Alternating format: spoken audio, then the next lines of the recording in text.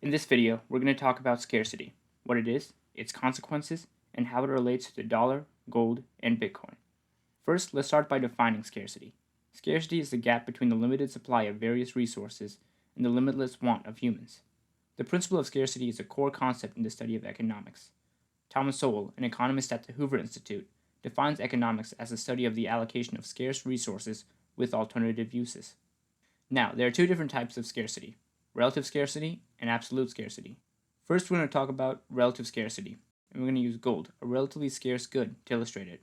If there's a sudden spike in the demand for gold, the price of gold goes up. But gold miners, seeing the higher prices, are going to work overtime and upgrade all their equipment to produce as much gold as possible, because profit margins are higher than they usually are.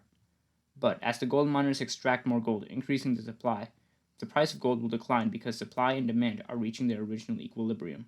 So what this means generally is that relatively scarce goods do not have a fixed supply. So whenever demand increases, supply will also eventually increase to meet demand. Okay, now let's talk about absolute scarcity, and we're going to use the Mona Lisa as our example. If there's a spike in the demand for the Mona Lisa, the price is going to spike too. However, its supply is not going to increase because it's impossible to make another Mona Lisa.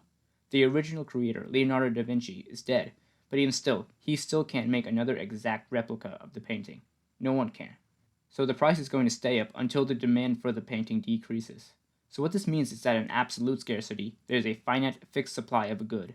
Whenever demand for an item increases, there is no additional supply response to meet that increased demand. This means that the supply is completely inelastic. You cannot create more regardless of the increase in demand. The only output that can change is price. Now let's tie scarcity back to the dollar, gold, and Bitcoin. The dollar is not scarce because it can be printed by a central bank at any time. During economic downturns, when people don't have much money, there's an increased demand for the dollar. So, central banks print money into circulation so that the monetary supply meets the new increased monetary demand.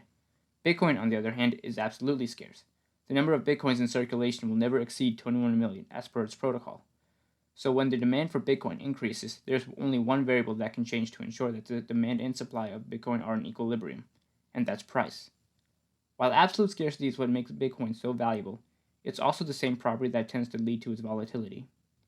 So to sum it all up, the dollar, it's not scarce. It can be created at will. There's an infinite amount of cash in each Federal Reserve. Neil Kashkari, Minneapolis Fed Chairman. Gold, relative scarcity. Gold is only scarce relative to the amount of energy we put into mining it. If we gave everyone a shovel and told them to start digging, we'd have a lot more gold flooding our markets, causing the price to go down. And last, we have Bitcoin, absolute scarcity.